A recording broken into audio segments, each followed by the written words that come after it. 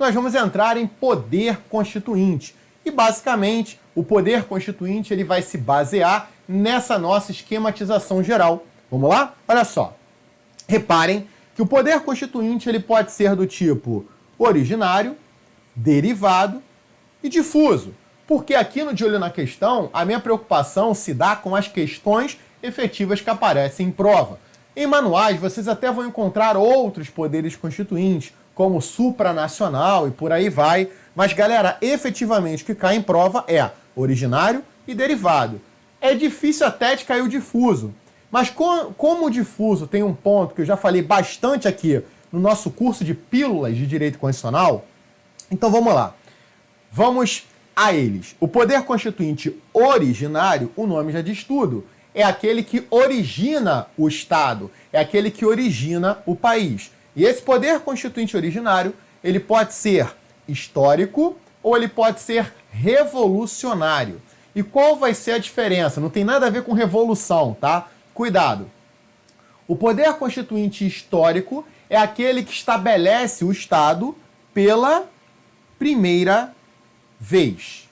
Então, o poder constituinte originário histórico é aquele que cria a Constituição daquele país pela primeira vez.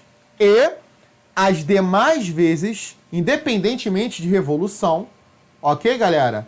As demais vezes nós chamamos de poder constituinte originário revolucionário. Então vamos lá.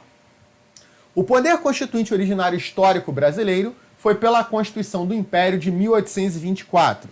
Como você pode perceber, o poder constituinte originário revolucionário foram todas as demais manifestações do poder constituinte originário aqui no Brasil. Por exemplo, o poder constituinte originário, através do qual criou-se a Constituição de 88, é chamado sim de revolucionário. Mas porque houve revolução? Não, porque não foi a primeira manifestação do poder constituinte no Brasil.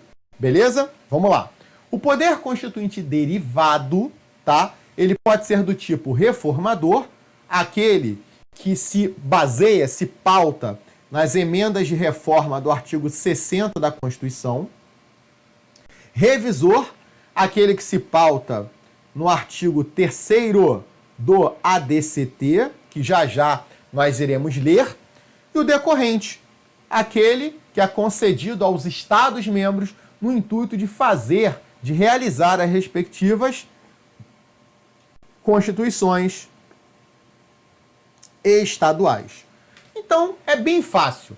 Emenda de reforma, que nós estudamos nas aulas de processo legislativo, artigo 60. Emendas de revisão, que nós vamos aqui falar do texto, né? Aquelas emendas que surgiram em 1994, que foi um procedimento mais fácil de alteração do texto constitucional, e o decorrente, que se manifesta através das constituições estaduais, um poder típico das federações, né? Isso inclusive, foi questão ESAF, questão maravilhosa, porque se você parar para analisar, toda federação tem pelo menos a União e os Estados-membros. E os Estados unitários, eles só têm União, não tem Estado-membro. Então, eu só posso pensar em poder decorrente em um país que exista pelo menos a União e os Estados-membros. Por quê? Porque o poder decorrente, ele é dado ao Estado para fazer a sua Constituição. Então, nessa seara, imaginem que o poder decorrente, ele é típico das federações, porque somente nas federações nós temos Estados-membros, né? Muito de olho na questão, né? Muito de olho na questão. Se o poder decorrente é característico das federações, resposta correta, tá bom? Araújo, mas que papo é esse, cara, de poder revisor? Tá aqui, ó, tá aqui na tela. Poder constituinte revisor, artigo 3º do ADCT. A revisão constitucional será realizada após 5 anos, contados da promulgação da Constituição, pelo voto da maioria absoluta dos membros do Congresso Nacional em sessão unicameral. Então nós temos vários pontos aqui interessantes que eu vou tecer comentários com vocês. O primeiro ponto é, galera, a revisão constitucional, ela só existiu no Brasil porque a nossa Constituição é dogmática. Porque a nossa Constituição, ela foi feita de uma hora para outra, ela foi feita em um dado instante. E aí, galera, entendam que o constituinte que fez a nossa Constituição pensou em quê? Caramba, eu acabei de fazer uma Constituição no momento pós-ditadura militar. Será que aquilo que eu fiz corresponde aos anseios da sociedade? Então eu, constituinte, vou deixar a sociedade sentir a minha Constituição durante 5 anos.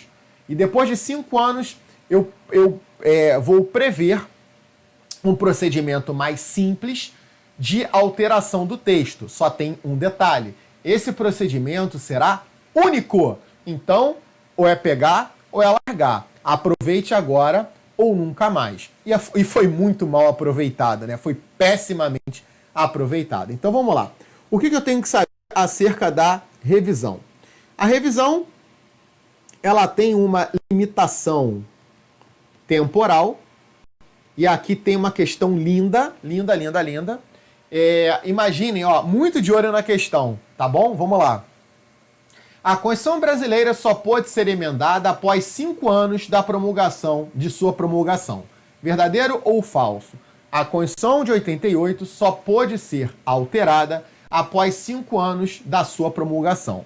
Se eu ler esse texto, parece que é verdadeiro, mas entenda, existem 2 procedimentos, tá? Olha só, eu tenho emenda de reforma e eu tenho emenda de revisão. A emenda de revisão, ela só pôde aparecer após 5 anos. Mas a emenda de reforma, ela pôde aparecer desde a promulgação de 88. Então entenda que durante os primeiros 5 anos, eu, constituinte derivado, eu só pude emendar reformando. Agora, após 5 anos, eu tive um procedimento único para emendar revisando. Então, reparem, durante os primeiros 5 anos, eu não poderia revisar, mas eu poderia reformar. Tanto que a ação declaratória de constitucionalidade surgiu pela emenda 3 de 93, antes das emendas de revisão que surgiram em 94. Ok? Então, cuidado com essa, de olho na questão. Então, nós temos uma limitação temporal. O voto é o voto de maioria absoluta. Beleza? E a sessão é uma sessão unicameral. Tá? O que é unicameral? Unicameral é o seguinte. Eu vou ter, em um dado momento, deputados e senadores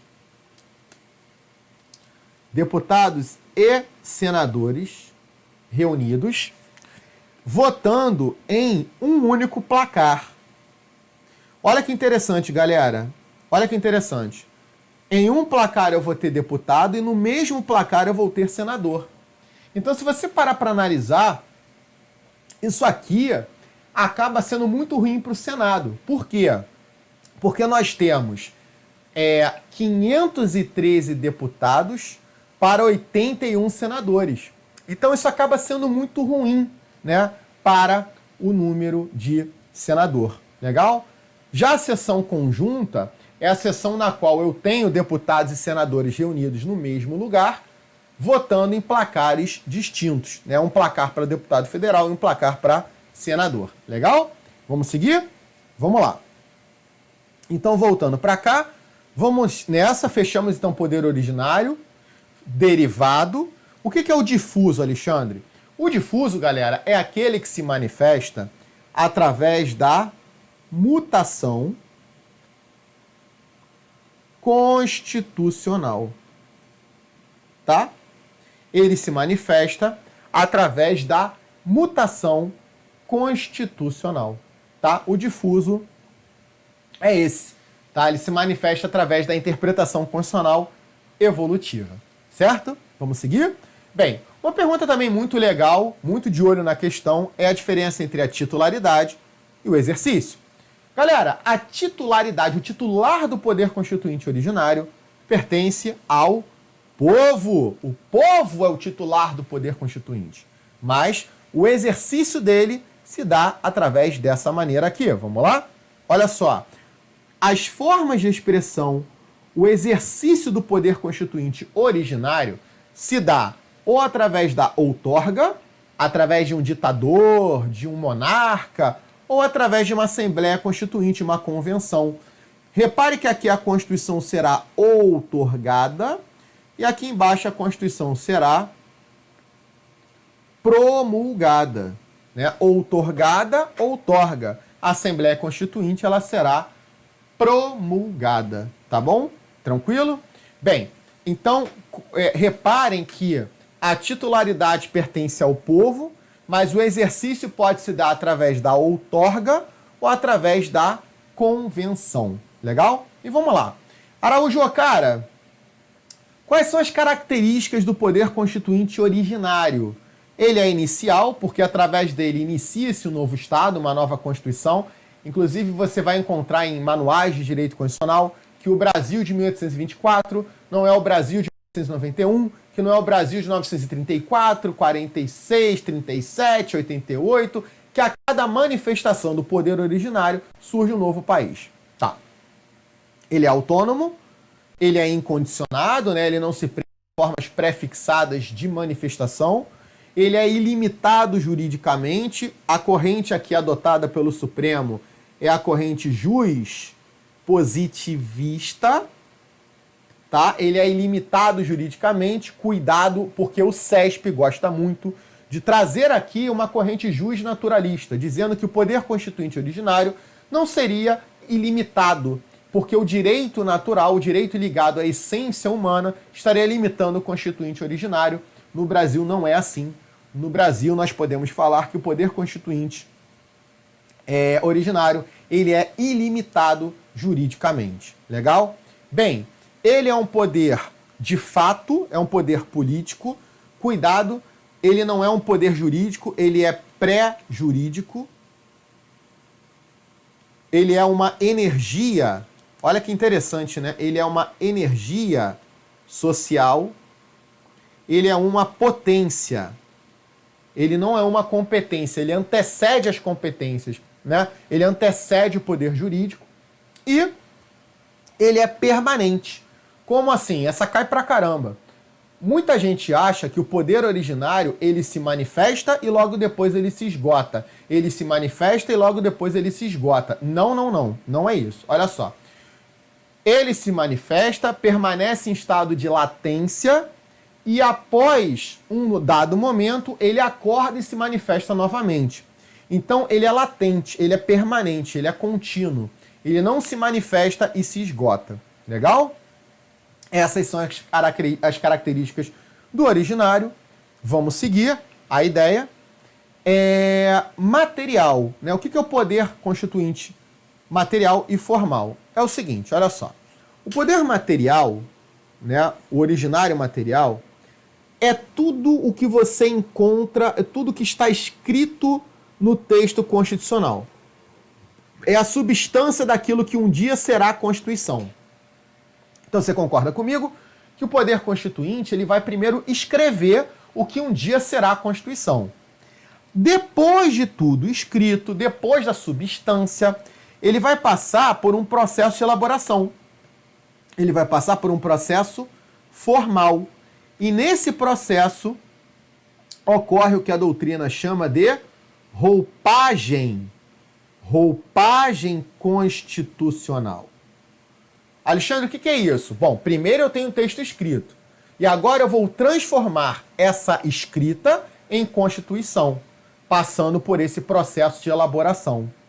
Então, o que se fala em prova? O poder material, cuidado, ele precede o formal. É lógico, né? Porque primeiro eu preciso do quê? Primeiro eu preciso de ter o conteúdo, a essência daquilo que um dia será a minha Constituição. Depois de tudo escrito, eu passo por uma formalidade, eu visto uma roupa dizendo que sou constitucional. Seria isso. Tá bom? Então, muito cuidado. De olho, ó, de olho, nosso olhinho aqui, de olho na questão, o poder material, poder constituinte originário material, precede o formal. Muita gente vai errar uma dessa, porque muita gente nem sabe o que é poder material, poder formal, mas Mas é óbvio, né, galera? Como é que eu vou formalizar algo como Constituição se esse algo não está escrito? Primeiro eu vou ter que escrever para depois formalizar, né? Essa é a ideia. Vamos seguir aqui. Poder derivado. Bem, na seara do poder derivado, primeiro eu vou lembrar que as características são geralmente aquelas que se contrapõem ao originário. Claro, o poder derivado ele é condicionado, tanto que nós sabemos como se aprova uma emenda, quem promulga, o quórum, quem apresenta a PEC, né? Tem uma série de condições. Ele é limitado, óbvio, né? Por exemplo, a emenda ela não pode, como eu posso dizer, subverter questões já impostas na Constituição, fraudar a vontade do poder constituinte, né? Existem limites jurídicos, claro, né? Tanto que a emenda pode ser objeto de controle de constitucionalidade, a gente sabe disso, a gente sabe que a emenda pode ser declarada inconstitucional, não é verdade? E a natureza é uma natureza de poder jurídico, uma natureza jurídica, né? Ela não é política, né? Aqui ela já é uma competência, né? Um poder jurídico, um poder já estabelecido, legal? E aí, galera, o que é interessante? É interessante que no âmbito do poder derivado, nós temos as emendas de reforma, que estudamos na aula de processo legislativo, nós temos as emendas de revisão, que falamos aqui rapidamente do ADCT, que é o que cai em prova, e nós sabemos que o poder decorrente é aquele que através do qual o Estado cria, né, a Constituição estadual. E nesse contexto, eu tenho princípios limitadores do Constituinte, né, estadual. Os primeiros são os princípios sensíveis, aqueles que, se forem violados, isso pode causar uma intervenção naquele Estado, uma intervenção federal naquele Estado, ou seja, os princípios do artigo 34, inciso 7. Vamos lá? Os Estados-membros, ao elaborar as suas constituições e leis, deverão observar os limites fixados no 34.7, sob pena de intervenção. Beleza. Os estabelecidos ou organizatórios limitam, vedam ou proíbem a ação indiscriminada do constituinte decorrente, a capacidade de auto-organização, por exemplo, a repartição de competência, o sistema tributário nacional e a organização dos poderes. Você pode ver que tem muito a ver com a repartição de competências, competência da União, Estado, Distrito Federal, municípios, né? O Estado não pode simplesmente dizer que cabe a ele emitir moeda se a própria Constituição diz que a emissão de moeda é competência da União e por aí vai, né? E os extensíveis integram a estrutura da Federação Brasileira, relacionando-se, por exemplo, com o processo legislativo, investidura em cargos eletivos, lá o artigo 76 da Constituição, aquelas regras, votos brancos, votos nulos, votos válidos, eleição no primeiro domingo de outubro, segundo turno se houver no último domingo de outubro, né? É uma norma da União que se estende aos demais entes federados, obviamente aos Estados-membros, tá bom? Essa é a ideia dos extensíveis. Dando prosseguimento aqui, vamos falar de nomenclaturas interessantes, assim fechar a nossa aula. Bem, a primeira nomenclatura tem a ver com algo que já estudamos bastante em controle de constitucionalidade. Não existe no ordenamento jurídico brasileiro o fenômeno da inconstitucionalidade superveniente, né? Aqui no Brasil, uma norma anterior à Constituição, ela no máximo será declarada como não recepcionada. E a não recepção, ela tem ideia de revogação. A gente já estudou isso pra caramba, né? Tanto que não cabe ação direta de inconstitucionalidade sobre o direito pré-constitucional, não é verdade? Só cabe o quê? Arguição de descumprimento de preceito fundamental, a famosa ADPF, porque a ADPF é aquela que pode declarar a não recepção das normas. Bem, recepção tem tudo a ver com a inconstitucionalidade superveniente, né? Então, se eu tenho uma lei X de 79 e surge a Constituição de 88, eu vou verificar o quê? Eu vou verificar apenas a compatibilidade material. Eu vou verificar se o conteúdo daquela lei de 79 se coaduna com a Constituição de 88. Reparem, pouco importa se era uma lei complementar e agora é lei ordinária, se era uma lei ordinária e agora é lei complementar, pouco importa, galera aqui, minha amiga guerreira, Pouco importa os critérios formais, o que importa é a compatibilidade material. Se for materialmente compatível, recepção. Se não for, não recepção. Jamais a inconstitucionalidade superveniente. A não recepção tem natureza de revogação. Beleza? E agora a gente vai pro pau, a gente vai pra guerra. Esses dois nomes, galera, se caírem na tua prova, isso aqui é questão para você se diferenciar de muitos concorrentes. Vamos lá. Desconstitucionalização. Vamos lá. Pancadaria, pancadaria. A Constituição aqui de 69 e a Constituição aqui de 88. O que acontece com a Constituição de 69 com o advento da Constituição de 88? Resposta da sua prova.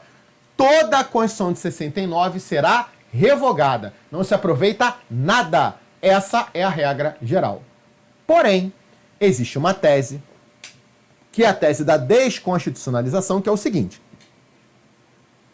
A Constituição de 69, ela vai entrar no filtro chamado Constituição de 88.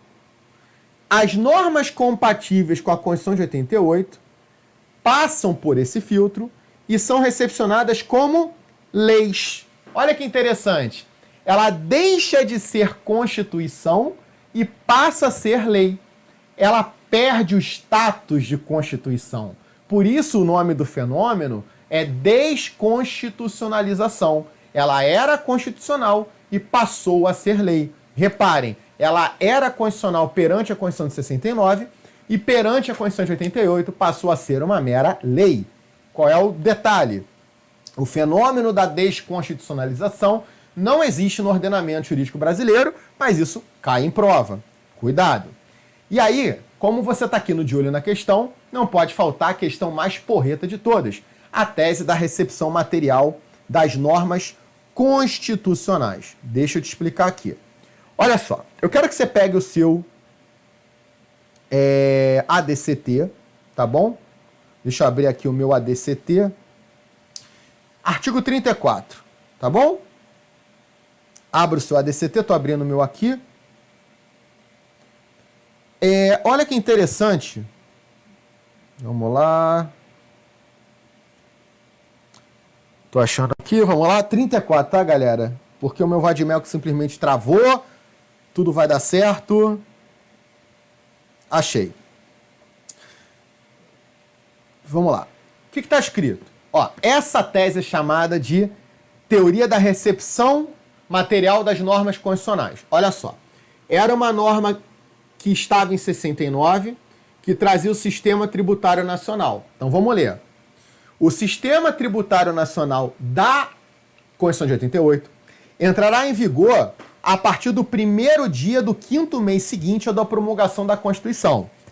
Mantido até então o da Constituição de 67, com a redação dada pela Emenda 1 de 69 e pelas posteriores. Vamos lá entender isso.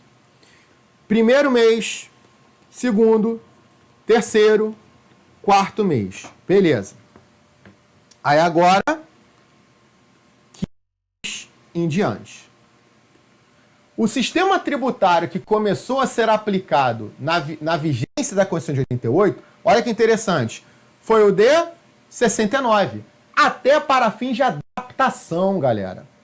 Aí, a partir do primeiro dia do 5º mês, aí sim, entrou em vigor, né? Aplicou-se, na verdade, passou a ser aplicado o sistema tributário de 88. Entenderam? Então, repare que aqui não tem a ver com desconstitucionalização. Por quê? Porque o sistema tributário de 69 começou a Constituição de 88 sendo o sistema tributário em vigor, legal. A norma, o status continuou sendo de norma constitucional. Então, repare, ele era norma constitucional em 69, continuou sendo norma constitucional em 88, só que o caráter é precário, né? Ele só pode ser aplicado durante uma vigência de tempo, que aqui durou 4 meses. Então essa é a tese da recepção material das normas constitucionais, que com certeza você está aprendendo aqui comigo por conta do projeto de olho na questão, tá bom?